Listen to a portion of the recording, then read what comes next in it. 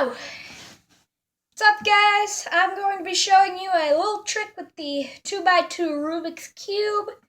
As you can see, I've fully solved it.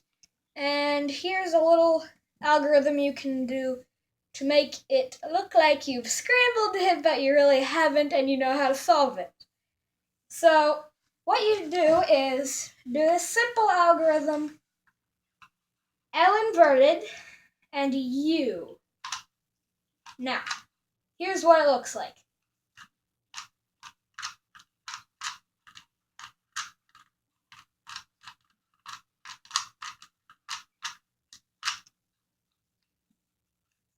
You can also do the same thing with a 3x3 Rubik's Cube if it's solved.